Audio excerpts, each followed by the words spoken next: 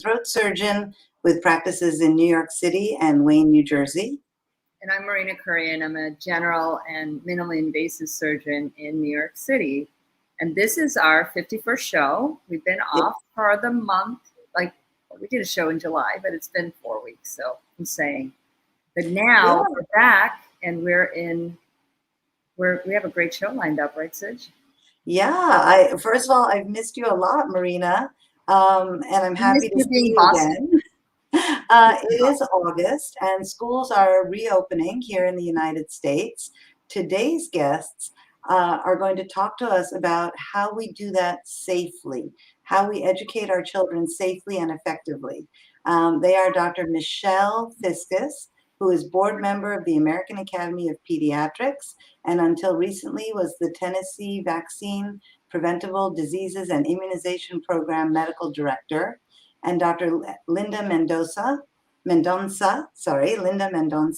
She is the president of the National Association of School Nurses. She's based in Rhode Island and is assistant professor of community and public health nursing at the Rhode Island College School of Nursing. And you know, Marina, we all have questions about how we send our children safely back to school, whether it's preschool, elementary, high school, or college.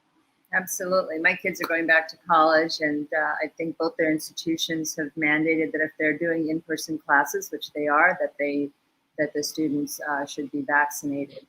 I'm not sure if some of the schools I noticed were saying you have to test weekly if you're planning on attending without a vaccine, but other schools are doing at colleges are doing 100% vaccine if you're going to be in person. So it's interesting. And, you know, hopefully that'll help curtail a lot of the COVID that we've been seeing and talking about for 14 months now. My God. I know, I really wish we could start the show not talking about COVID, right? We have, you know, for children in schools before college, different states have different rules. So we're seeing, for example, in New Jersey, Governor Murphy mandated masks for everyone, vaccinated, unvaccinated, throughout the school system. We are seeing states where if you mandate a mask, you somehow lose your privileges as a school or a school board. So there's, as Marina and I have talked about in the past, you know, there's some interjection of politics into healthcare and healthcare policy, which seems a bit counterintuitive.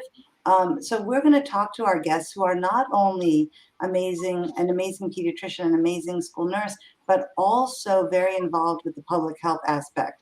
If you are interested in this subject, know people who are interested in the subject, please like and share and tag your friends who might be interested. We are live on Facebook, on Twitter, on YouTube, on LinkedIn at Sri Srinivasan's page. And we are, if you watch us live, you're going to be able to send in questions and comments, and we're happy to take as many of them as we can get to. But we are sadly going to keep talking about COVID. So let's just do some updates. There have been worldwide 210 million cases and 4.5 million deaths. And there are currently over 17.5 million people who have an active infection with SARS-CoV-2. Most of them, though, thankfully, have mild disease, and only about 0.6% have serious or critical levels, giving them severe disease. So that is a good thing. And you can see from this slide which countries have this is actually the other slide, is the global vaccine tracker. So you can see that the US overall is about 50%. Australia is actually 27% or close to 30% for fully vaccinated and over 40% for single dose vaccine. And you can see that Israel and UK are much higher at closer to 60 to 70% vaccination. So that, I think, is going to make a difference, right, for people, because as you have heard so many times, the reason we have the Delta variant is because the virus doesn't mutate outside a human host. It mutates inside a human host. So if people are vaccinated, there's less chance of this mutation occurring. Although it is true, though, you can be vaccinated and still catch the COVID infection again. But usually when you're vaccinated and you get it, it's much less severe. Right. And I think that's the important part. It is a global pandemic. You saw that, much of Africa is not vaccinated at all. So we really do need to work on vaccinating the entire world. But let's look to our own backyard. So in the United States, you can see that the hotspots for COVID, which are in the South and the Southeast, absolutely match the places where vaccination rates are the lowest. So unfortunately, we have passed over 625,000 total deaths in this country from COVID, and we are seeing an increase to over 1,100 new cases per day. ICUs are at capacity across much of the South and Southeast, and that's because not only are there no beds, but there is no staff, there's no nurses. And I have to say that it is so difficult to take care of these people who were otherwise healthy, who then got COVID and are now sick as anything. COVID is caused by SARS-CoV-2, which is severe acute respiratory syndrome coronavirus 2. That's what that acronym is. And that really takes out your lungs when it's severe.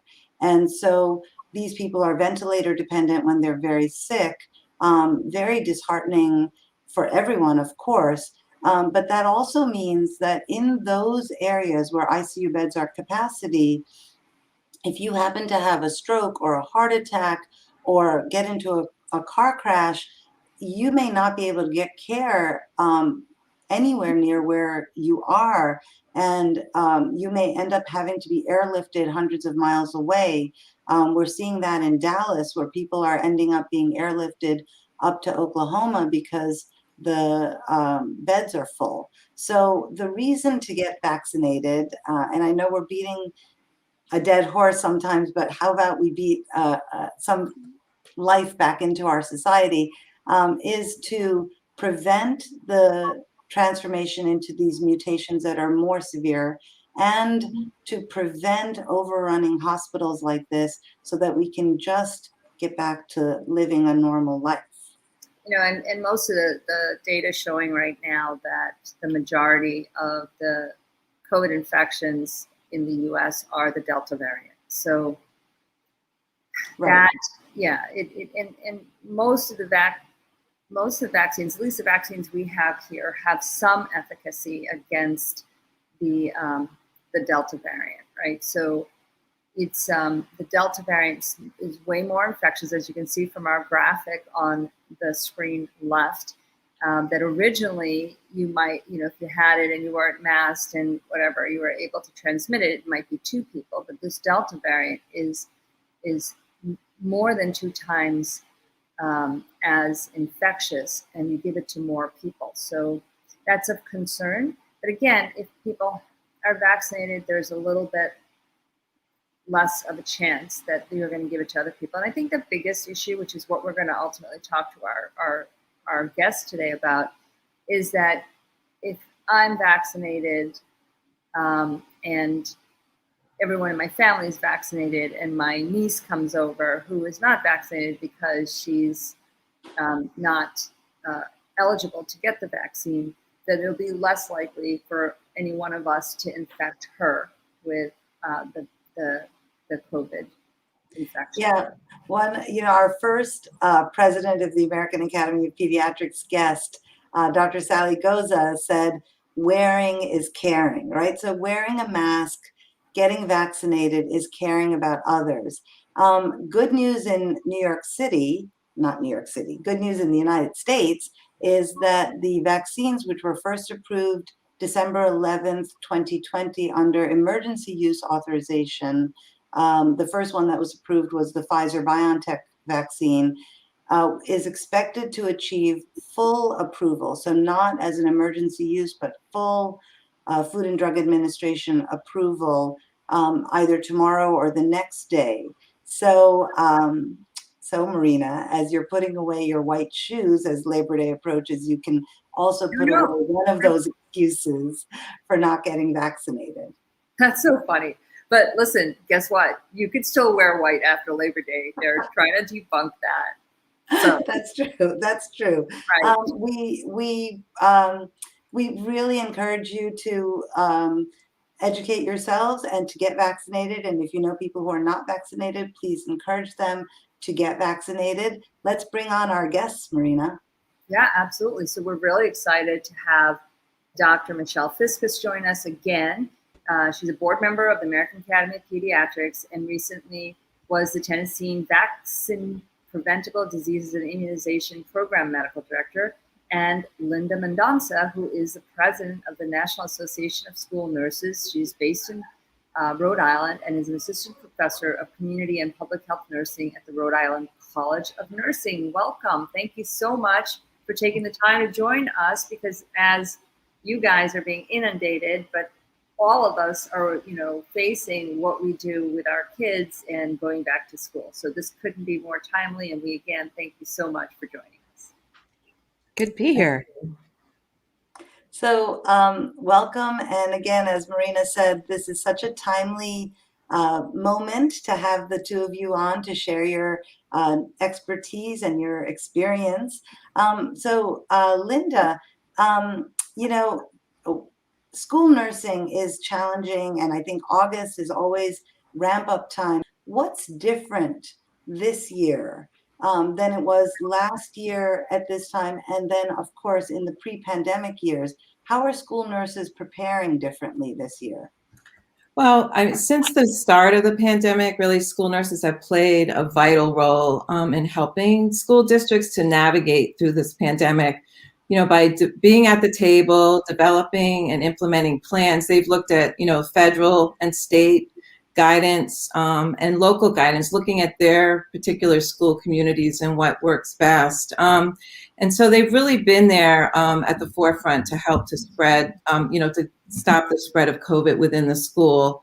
It is challenging, but they're up for it again, this coming school year. So looking at the infection control protocols and the mitigation strategies, and making sure that all of those things, are in place for this coming school year. Thank you. That's really, so important to, have a national presence really in that space to give guidance so that, the states can look to it and also the federal government can look to it, because you guys really are on the ground, and you're the ones who are trying to manage this within your school district, and within your state. So I think it's so critical and very important. Shelley, I have a question for you about being in that position at a state level, and were you in that position before the pandemic, but also then for the past year and 3 quarters, right? When it first started coming out in January of 2020, and then throughout this entire past year, just getting the data, because it was constantly changing. I think that's why there's a lot of, misgivings about what we tell people, because we've said one thing, and when I say we, it's a royal we, I guess, and between the CDC and many of the medical groups, because what we knew then is completely not 180 degrees different, but we're on this journey, and the road turns a little bit, and then we come back to almost center, and then it turns again. And so there's been a lot of data that's come out, information that helps guide what it is that we say to the public and to lay people in terms of what they have to do. So I can't imagine what that was like. I'd love to hear from you, Shelley, how that all panned out. It has been a very, very challenging time for sure. At the beginning of the pandemic, We were literally having changes in information and data multiple times a day from, even on the federal level. And so it's understandable that a lot of folks are confused. It's hard for us to keep up with all of the information every single day. But we have, had a lot of challenges around dispelling misinformation, around trying to get people to understand, especially in southern states like mine, how important it is to get vaccinated, how important it is to also wear a mask and distance and wash your hands, because this is really layers of prevention that we're trying to get people to adopt, to try to keep them healthy. And moving back into what is now our third week in school here in Tennessee for most of our students, we're already seeing so much disease in children, infections in children, the need for some of our schools to be closing down already just a couple, 3 weeks into all of this. So it has been an extraordinarily challenging time. To your first question, we were not in this pandemic when I first came into the role, but we were in a multi-state hepatitis A outbreak, and then went into a measles outbreak, and then came into COVID. So we've been in some kind of outbreak ever since I had come into the position. So, right. So it's not like the crises ever stop or allow anybody to take a break, right? We have people watching from all over. I want to give a little shout out to the people who have checked in. We have Shinny Sam, Jan Ressler, Neil Parekh, who's watching from Northern Virginia, Michelle Raphael, who's watching from LA. Good early morning to you, Michelle. Thank you for watching. We have Ellen Austin and Miriam Berkeley and Makran Boot watching as well. Thank you guys for your ongoing support. Professor Sami Arze, I think, has a question. Is it safe with all this Delta variant going around to send children back to school? And I think that's sort of the crux of this conversation. So maybe, Shelley, I'm going to ask you to answer the professor's question. I think if we are able to put as many of those mitigation strategies in place as we can, that we can send kids to school safely. Obviously, we want every child age 12 and older to be vaccinated to protect them, but everyone in schools needs to be wearing a mask. The staff and teachers need to be vaccinated and wearing masks. We need to have them spaced as much as we can. We need to be careful about lunchtime and times when they would have their masks off, when they would be inside in close quarters with one another. And we have to make sure that kids are staying home and staff are staying home if they're not feeling well or if they've been exposed. And we're not seeing that happening as it should. And so unless all of those mitigation strategies are in place all at the same time to really optimize that safety, I do think it's very challenging to have kids in school.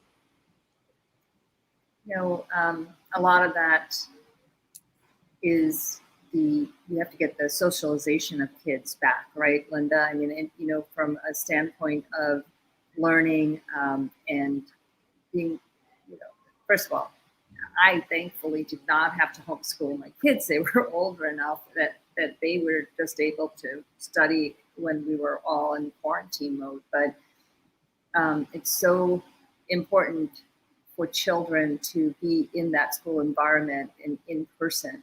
And that's what a lot of the studies are showing, that there's actually a drop back in kids' education, which the pandemic has really caused because of the whole remote learning that we've done. So with that in mind, getting kids back into school and in person has to be really the biggest focus, I think, for all of us. And Linda, to ask the question again, I mean, I know that you guys have guidance behind that, but the best mitigation strategies that Shelley was just talking about, what do you guys feel are like the top 4 things that we can do when the kids do go back? Right. So absolutely, mitigation strategies are key to making it a safe environment to return to school.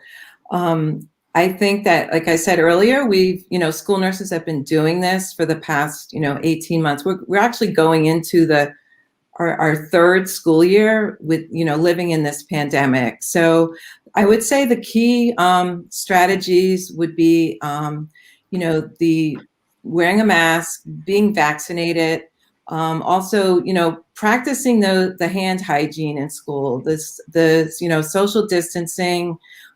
Testing is a strategy that's going to be used in schools a little bit more probably this school year with the CDC ELC grants that have been pushed out to the states, and they're working with strategies to provide testing in schools. So that might be identifying somebody right away that they are COVID positive and getting them out of the school environment. So many of these strategies are being implemented. And also having, the infection control protocols in the nurse's office or health center within the school, having the isolation room. So these things have been in place last school year, and they will be again this school year. It is important that we are back in school in person for students, for their mental health needs, socialization, social emotional learning resources are being implemented in schools. We've been dealing with this pandemic, all of us, right? I think our own mental health needs need to be in check, right? So it's important. I think you make such valid points because we obviously care about the children's emotional, mental, physical health, their education.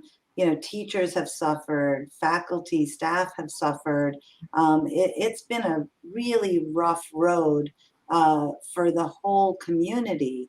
And what you alluded to is sometimes called this Swiss cheese approach. And I want to talk about that in a few minutes, but let's debunk some notions about masks maybe, because I can't believe that we started talking about masks in February or March of 2020 and we're still talking about masks.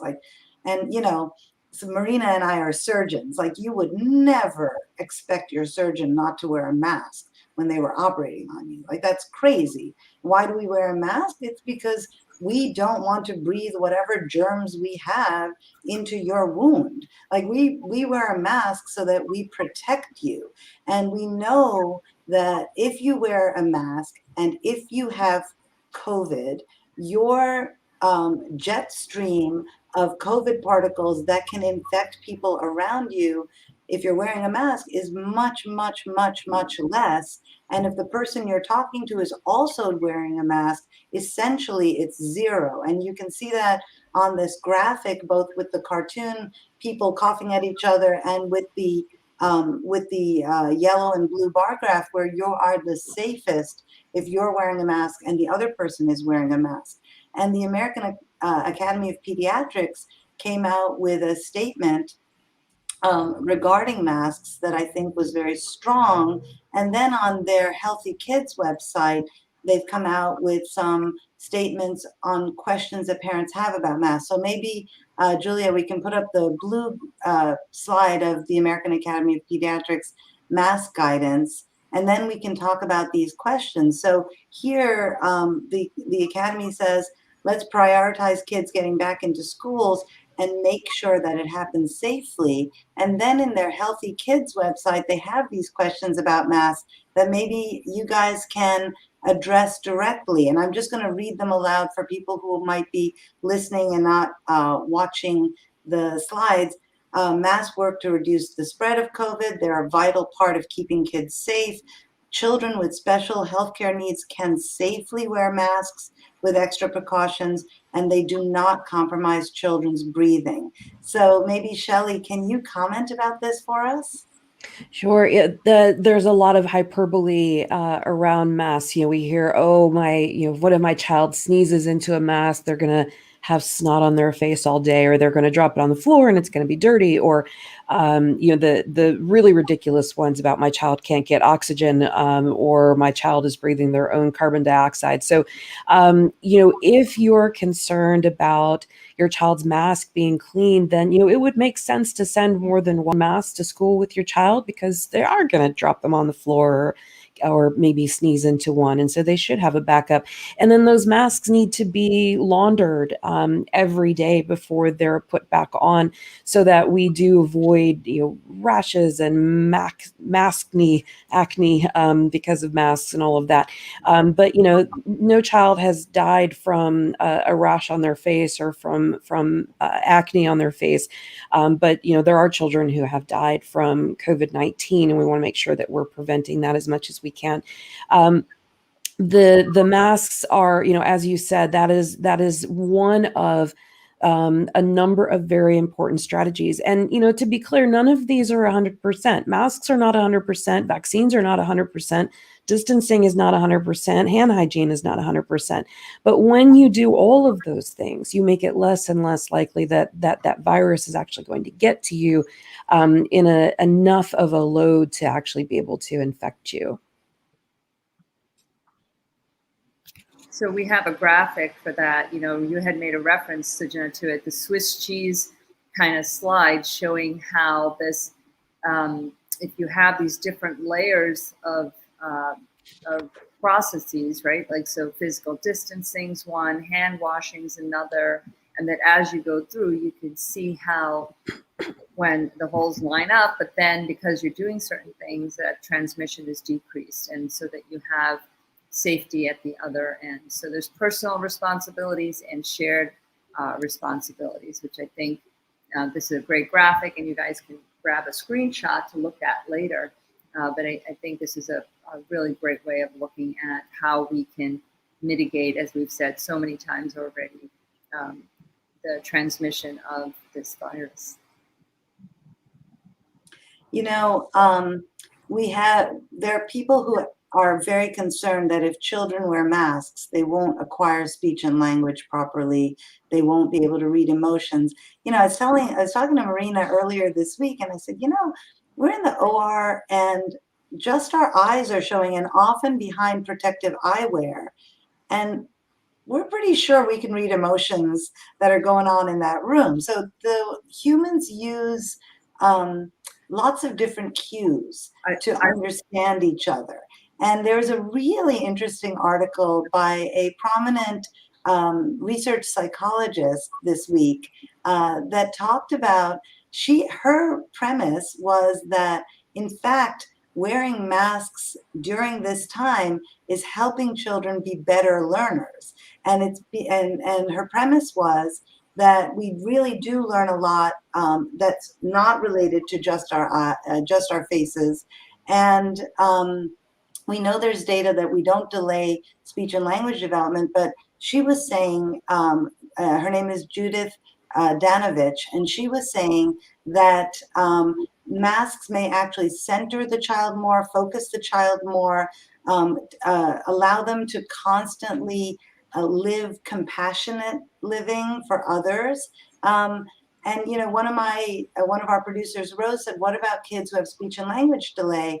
And when I talk to patients who are hard of hearing or deaf, I actually use a clear mask so that they can actually read my lips. And certainly that can be done in those circumstances. But what do you think about this concept of masks and masks impairing learning, Shelley?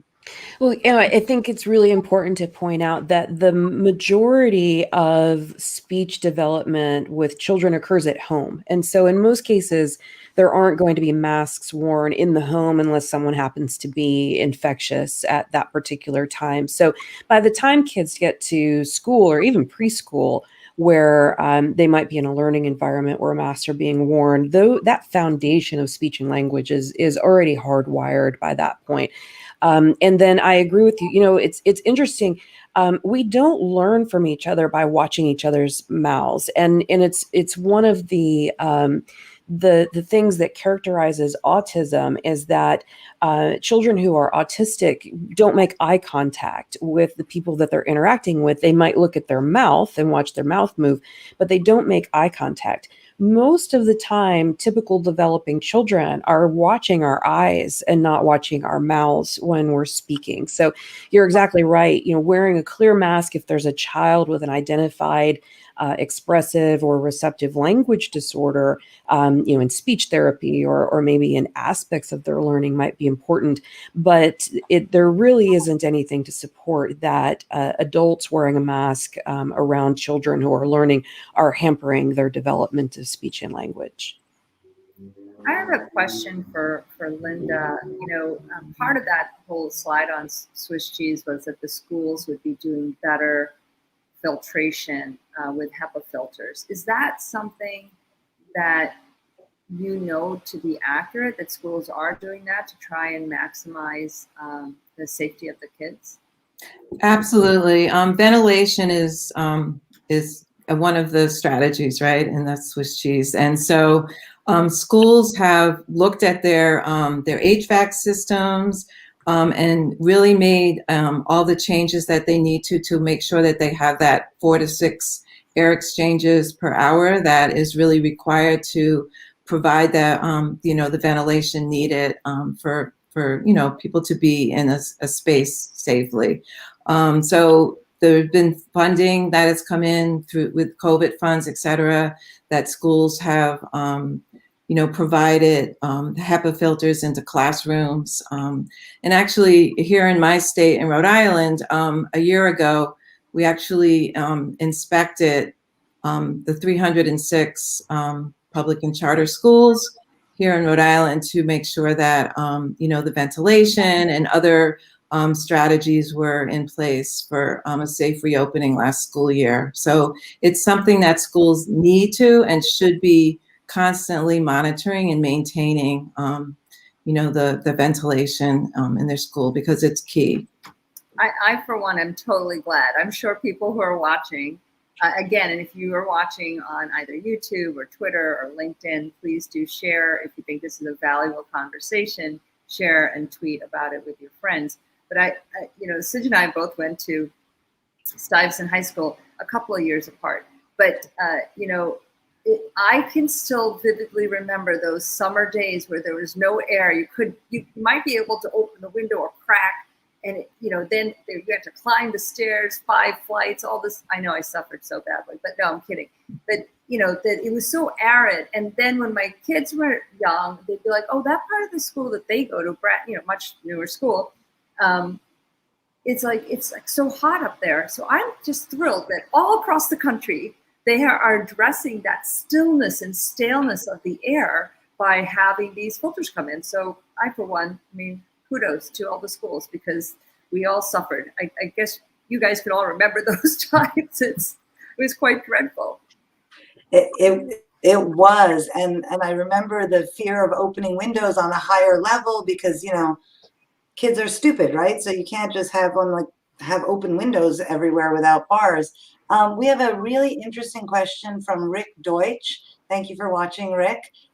His question is it safe for kids to do PE and eat just 3 feet apart? Like, what is the safety? This is all that Swiss cheese, right? What are the safety measures for kids to be doing these also very necessary activities in school? And maybe I'll ask Linda that, because I have another question that came in for Shelley.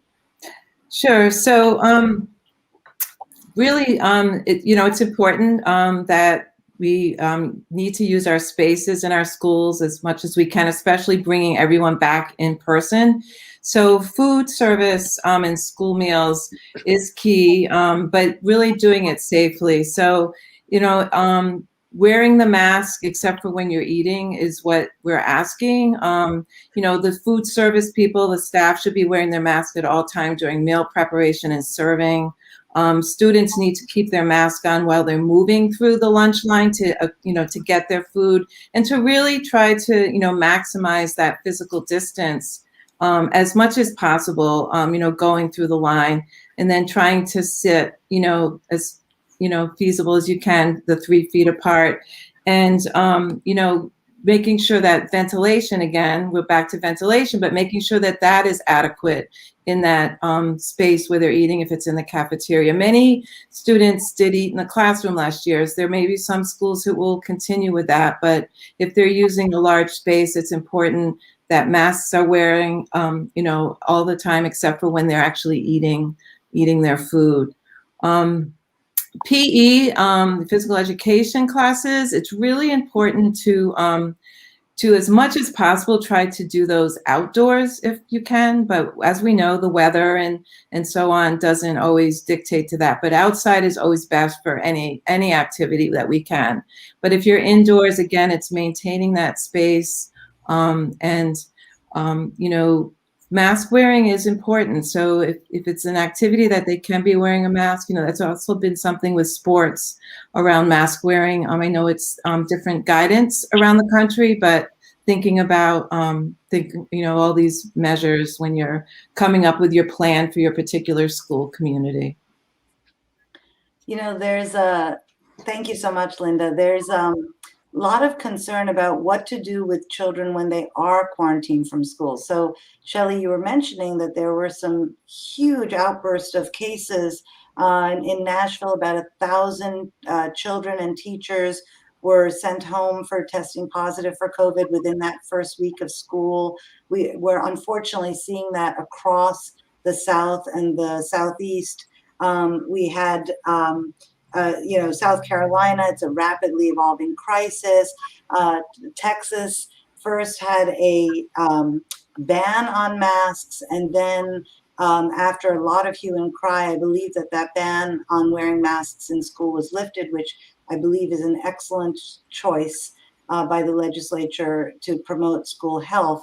The question that we have coming in is from a grandmother who asks, if my grandchild is quarantined from school and the grandmother is vaccinated, can the grandchild be left with the grandparent who is vaccinated after either exposure or testing positive? And what measures should be exercised in the home? And I really like this question because it delves right into the weeds of real life. Yeah, it doesn't, you know, with young children, they have to have an adult caring for them. And so, you know, what you need to do is put in as many of those mitigation strategies as you can. So, you know, let's just define isolation versus quarantine real quick. So if someone is in isolation, it means that they are a confirmed case. They have been infected with the SARS-CoV-2 virus and they are infectious. And so they are isolated. If you're in quarantine, that means that you were within a space or a length of time with someone who was infected, but you yourself are still healthy.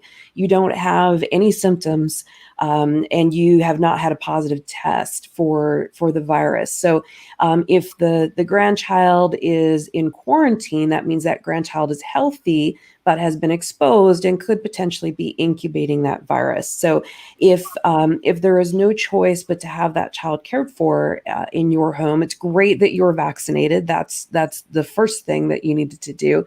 I would go ahead and wear a mask when you are within close proximity to that child, just because there is a chance that she would be incubating that virus. Also have the child wearing a mask when they're outside of their quarantine space. And then wherever you can, that child should be in a space that is, you know, where they're really by themselves, certainly not within 6 feet of anyone else who might be susceptible to getting infected, in order to keep you all as safe as we can. That's great. So, you know, I'm glad that our viewers are watching and giving such great questions and stuff. And, you know, these measures are so critical to the safety going forward.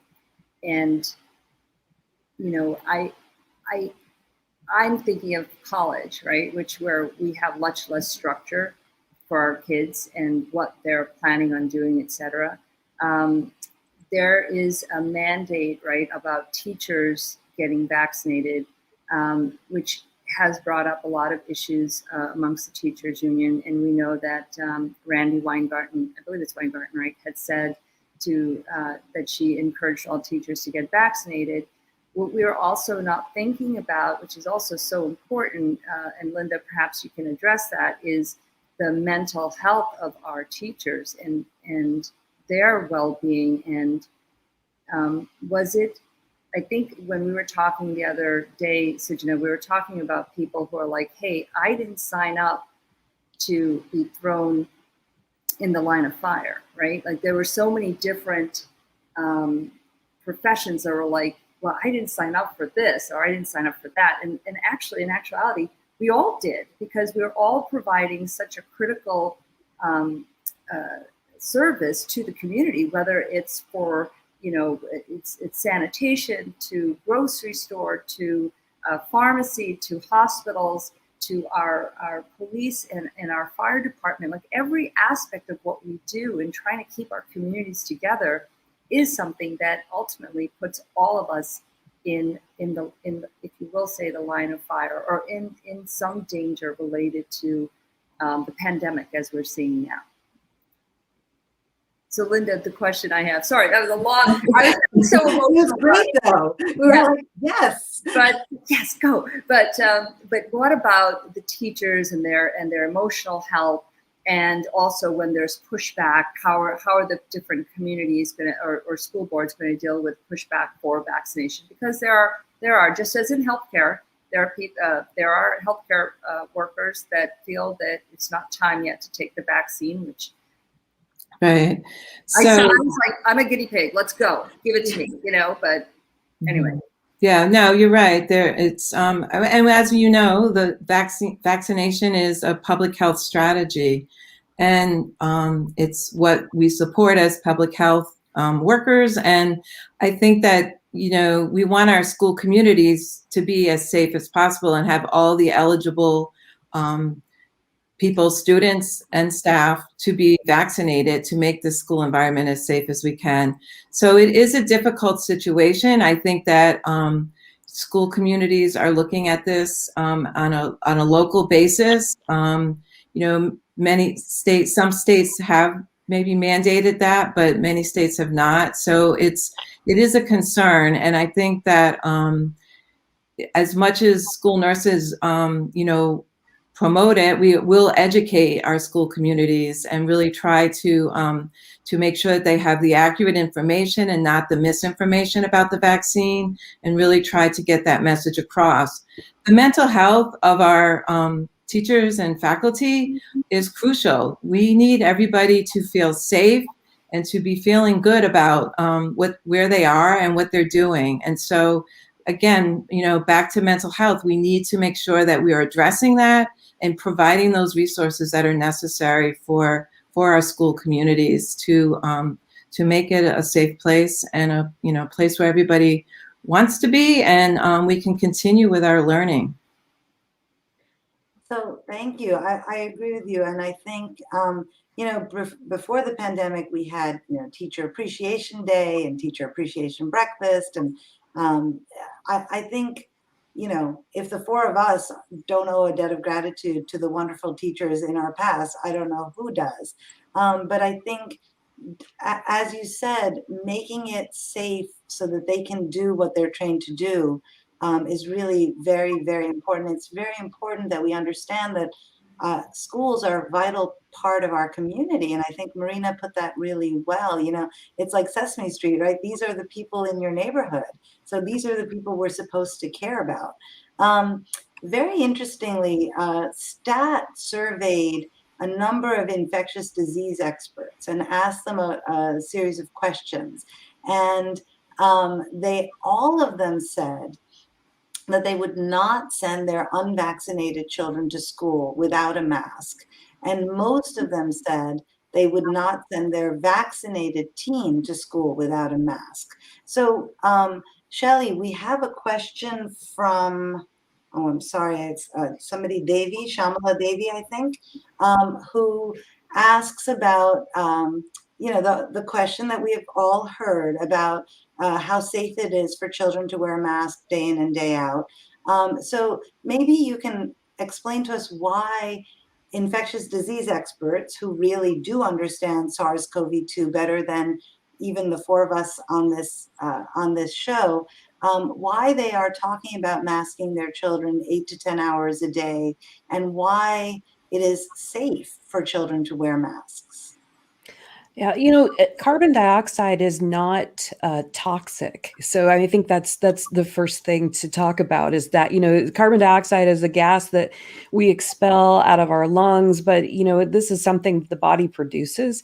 It's not toxic to us. Yes, we don't want it in excessive amounts, but the when you are wearing a mask, again, as Sujana, you had brought up, we have surgeons that wear masks day in and day out for hours and hours at a time in operating rooms, and they're not falling over because of carbon dioxide levels being too high. So that is really not a concern. We don't have masks that are made out of plastic bags that are not permeable. These are not masks that fit tightly to the face. There is plenty of air exchange around them, but what they do provide is a barrier for those particles that are coming at you, those droplets that are coming from someone who's coughing or speaking or singing. And those droplets are fairly large. And so they get stopped by the weave of the fabric in most cases. So there are several infectious disease experts that I've heard say, if they had to choose between getting vaccinated and never having a mask, or having a mask and never being able to be vaccinated, they would choose the mask. And we know now that vaccinated people can get the virus in their nose and their airway, that they can have that virus there, that they can transmit to other people. And so that mask, again, not only protects you from getting large quantities of that virus in your nose where it can make you sick, but also protects you from unknowingly spreading that virus to the people that are around you. So we're not at all concerned. The American Academy of Pediatrics is not concerned about masks in children and them being anything but something that's going to help protect them from the people around them who could pass them that virus. Can I just add really quick too? Last school year, I did several site visits in schools, and children are resilient. They had their masks on. They weren't complaining. Maybe they might have, went down. The teacher would remind them to put it back up, but they were wearing their masks without any problem, from what I observed. Shelley, thank you for that, Linda. Shelley, can you discuss why we are seeing more children getting sick from the Delta variant now? Why is it different than the other COVID? Why are the kids now who, before in the first wave of the pandemic, they might get it, but they were completely asymptomatic or had like a mild cough, maybe a fever. But now we're seeing the kids get super sick, and it's like the virus is thumbing its nose at us, right? Like I think in the US, we did a reasonable job of rolling out the vaccine and getting it to different groups in the order we thought was important. And now the variant's like, oh, you didn't get the kids? I'm going to help. I'm going to do something here, which is so dreadful, right? But why are kids getting so much more sick and filling up to some degree the pediatric ICUs? Yeah, we knew this would happen. When you have that population that is still vulnerable, viruses are really good at mutating, and so they see that opportunity to be able to infect a different kind of host, and so then these mutations happen, and it's survival of the fittest amongst these viruses to see who they can infect. And you're right. Beginning of the pandemic, we didn't really see kids getting sick all that often. Now, I mean, we still had 4 million cases, so I don't want to minimize the number of children that had been infected with the virus, but they weren't becoming as sick as what we're seeing now. Really, what we see now is that this Delta variant is so much more transmissible. So, the first a person who's infected might infect maybe 1 or 2, maybe 3 other people. Now we're seeing one person who's infected maybe infecting 5, 6, 7 other people. And so what we're seeing with pediatric hospitalizations and intensive care unit stays is really a result of the huge number of children who are now becoming infected. And really what we've set up in southern states like mine, where Masks are not encouraged, where masks are sometimes discouraged in schools, where we have very low vaccination rates, around 40% in the state, where we still don't have vaccines across the world that are approved for children under 12. You see these very large numbers of children getting infected, and so the percentage of kids who are getting very ill is about the same, but the number has grown. So we're seeing more and more hospitalizations, more ICU admissions. The other thing that we haven't talked about is a condition called multisystem inflammatory syndrome in children, which is an unfortunate consequence of what is sometimes an asymptomatic infection, where children get infected, maybe have no symptoms at all, and then maybe 3-4 weeks later develop severe organ system compromise. They get heart conditions. They have problems with their breathing, their kidneys shut down. These kids go into the intensive care units and need to be ventilated, need to be on dialysis. Most of them do survive, but it's a very, very serious illness. Tennessee and some of the southern states have some of the highest case counts of that disease because we don't have good mitigation strategies in place in our schools. So I think, it breaks your heart, right? It breaks your heart as a healthcare worker that this is a really largely preventable transmission, largely preventable. As Linda said, I have a little, I guess she's a grandniece who is just 2 or 3 years old, and man, that girl wears a mask like nobody's business, right? She has no issue with it. She puts on her dress, she puts on her mask, she's good to go, right? And I think these are really just preventable conditions. When you hear of children in the intensive care unit, we haven't even talked about what's going to be long COVID in children because we just don't know yet. But I think that's something, unfortunately, we have to look at. August is National Immunization Awareness Month. COVID is not, as you mentioned, there was hepatitis A, there's been chickenpox outbreaks, there's been measles outbreaks. So there is a reason that the vaccine schedule in the normal course of events is set out. And we hear about parents trying to either avoid these common vaccines. So I'm very grateful that I have not had polio or smallpox or measles. I think I did get mumps, and I definitely got chickenpox, right? Because I'm too old. There's a reason we roll out these vaccines in a certain order and a certain time frame for children. Can you talk to us about, Shelley, about the dangers of changing, or is there a danger to changing those regimens? And then Linda, maybe you can chime in as to the school nurse's role in ensuring vaccination for other illnesses. So Shelley, I'm going to ask you first. Yeah, so we think we have a problem with SARS-CoV-2 and COVID right now. Measles is 2 to 3 times more infectious than this Delta variant. So if we were to have an outbreak on the scale of what we're seeing with COVID, but with measles, it would just be a runaway train. And so we have these very effective, very safe vaccines that we've had for decades that are available and should be widely used as a prevention measure. And most states have school rules in place that require children to have these vaccines, because we know that most of these viruses are still circulating among us. There's measles virus around there. The reason we're not seeing outbreaks is because the vast majority of us have been vaccinated against measles. The reason we're still seeing COVID running around is because the vast majority of us have not been vaccinated against COVID, including all of our children under the age of 12. So these rules are in place to protect the good of everyone. We certainly don't want measles outbreaks coming in and closing our schools.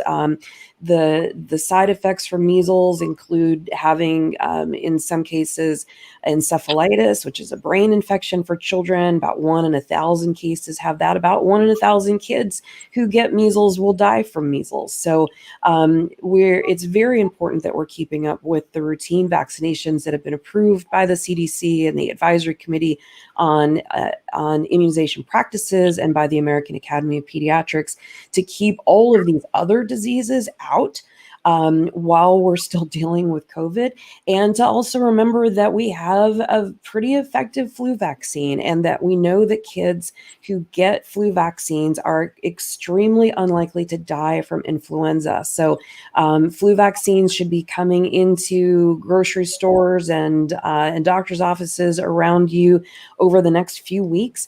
Don't forget to go get them vaccinated against flu, because we don't want to see children die from influenza this year, just like we don't want to see them die from any of these other preventable diseases. Thank you. And Linda, what do you do as a school nurse in terms of vaccine? Right. So, school nurses, it's a major part of their role as gatekeepers, making sure that all students have the required immunizations to enter school. And they also maintain their school records. And they are a trusted member of the school community. I say the school nurse is the heart of the school community, and they develop trust and relationships with students and families over the years and use those evidence-based strategies really to make sure that, all those immunizations are up to date by having school-located vaccine clinics, or looking into the state registry to see what students might be missing, to make sure that they do have accurate records. So they have, communications with families to let them know. And they, like I said earlier, they educate people around the vaccines and the reasons for why they need to have them. So, we have a couple minutes left. We want to get 3 takeaways at least from you guys. So let's start with Linda.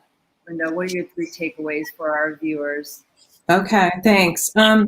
So I guess my first takeaway would be to make sure that that the school nurse is there. She's the essential person in the school community with public health expertise, and making sure that there is a school nurse to make sure that the school environment is healthy and safe. And then second, back to the masking and vaccination. We know there are public health strategies, and that we all should be doing that to make the school environment safe. And lastly, we need to work together as a team, the school community, and the school administrators, the health departments, the school nurses, parents. We need to work together as a team and collaborate to provide a healthy and safe environment.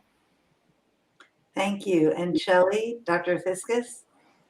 There isn't a parent around who doesn't want to do the very best thing that they can do to protect their child.